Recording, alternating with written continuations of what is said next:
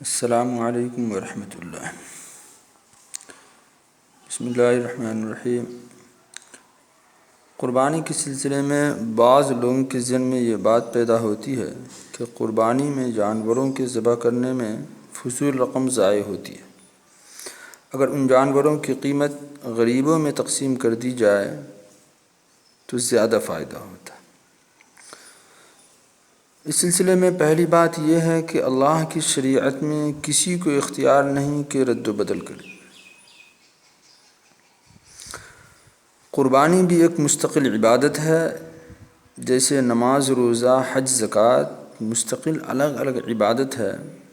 تو جس طرح نماز پڑھنے سے اور روزہ رکھنے سے نماز ادا نہیں ہوتی، زکوٰۃ ادا کرنے سے حج ادا نہیں ہوتا، ایسے ہی صدقہ خیرات کرنے سے قربانی ادا نہیں ہوتی۔ جہاں تک غریبوں کی مدد کی بات ہے تو غریبوں کی مدد کے لیے اسلام نے زکوٰۃ اور صدقات کا ایک مکمل نظام بنایا ہے۔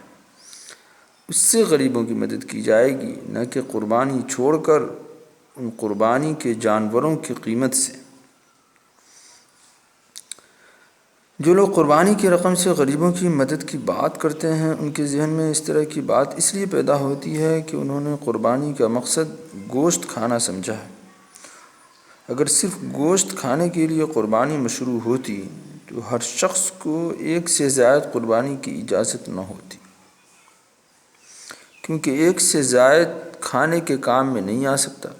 حالانکہ ایک شخص 1000 قربانی بھی کرے تو شریعت اس سے منع نہیں کرتی۔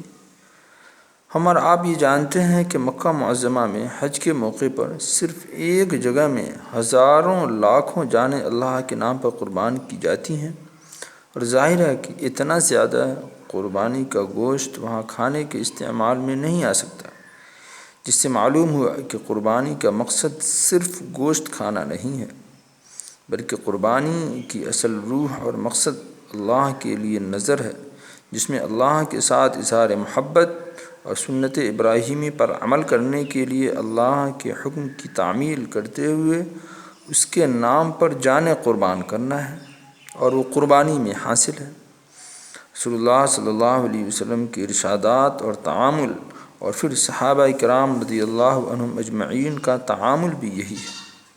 لہذا جب اللہ تعالیٰ نے قربانی میں جانوروں کے ذبح کرنے کا حکم دیا ہے تو وہ جانوروں کے ذبح کرنے ہی سے حاصل ہوگا، نہ کہ اس کے بدلے صدقہ و خیرات کرنے سے۔